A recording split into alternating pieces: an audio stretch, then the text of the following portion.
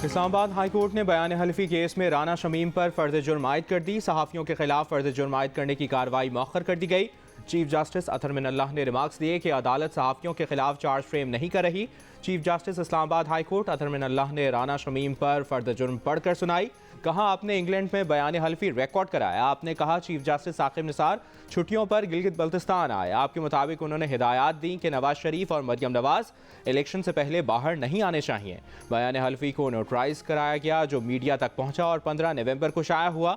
आपने कहा, हो सकता है कि बयान हल्फी नोटरी पब्लिक से लीक हुआ हो। आपने अदालत को स्कैंडलाइज करने की कोशिश की। आपने अपने कंडक्ट से ज़ेर इल्तवा केस पर असरअंदाज होने की कोशिश की।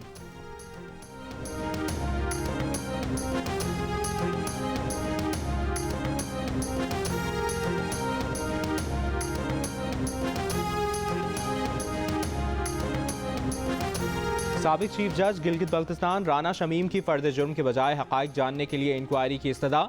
अदालत से कहा कि अगर उनके वकील के सामने फर्द जुर्म आयद की जाती तो बेहतर था। आप मुझे सिंगल आउट क्यों कर रहे हैं?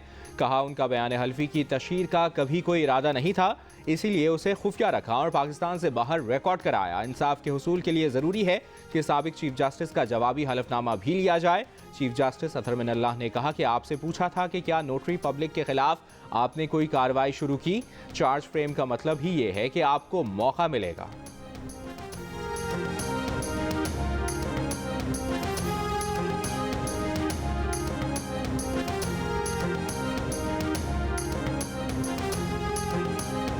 कराची पोर्ट पर आने वाले कंटेनर शिप का स्टीयरिंग टूट गया। जहाज रेत में फंस गया।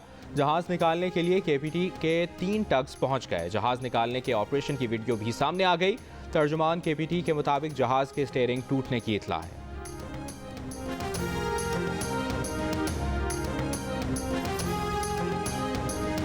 कराची में कोरोना के मुस्बत केसेस की शरह बढ़कर 41% हो गई।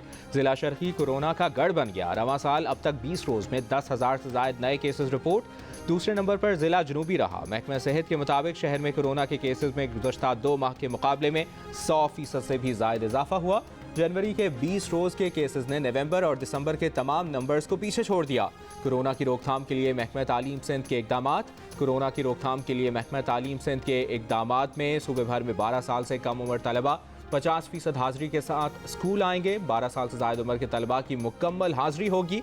12 साल के तलबा के लिए वैक्सीन भी लाजमी करार।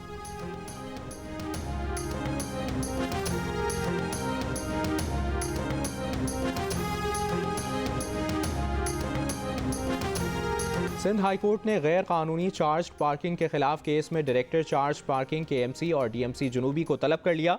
अदालत ने रिमार्क्स दिए कि जगह जगह पार्किंग है। छोटे बच्चे पार्किंग फीस वसूल करते हैं, कहीं अफगानी लोग फीस वसूल करते हैं। अदालत ने डीएमसी जनूबी से पार्किंग टेंडर जारी करने से मुतालिक तफसीलात भी तलब कर ली।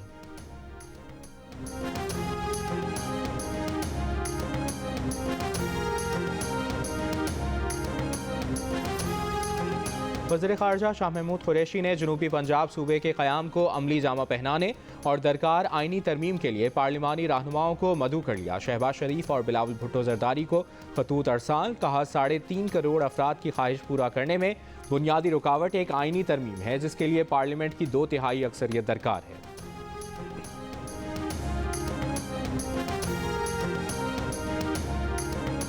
पाकिस्तान में अमरीकी नाज़िमुल उमूर एंजेला एगलर ने कहा है कि अमरीका ने दुनिया भर में कोरोना से बचाव की 4 करोड़ से ज़ायद खुराकें तकसीम की। पाकिस्तान को इसकी सलाहियत और इस्तेदाद कार की वजह से आलमी अमरीकी एहतियात का 12% हिस्सा दिया गया।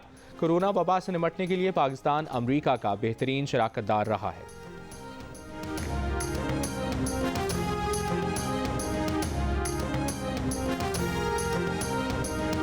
और लाहौर हाई कोर्ट की सेशन अदालत को गुलकारा मीशा शफी के हद तक इज्जत के दावे पर कार्रवाई शुरू करने की हिदायत। अली जफर ने मीशा शफी के खिलाफ 1 अरब जबकि मीशा शफी ने अली जफर के खिलाफ 2 अरब के हद तक इज्जत के दावे दायर कर रखे हैं।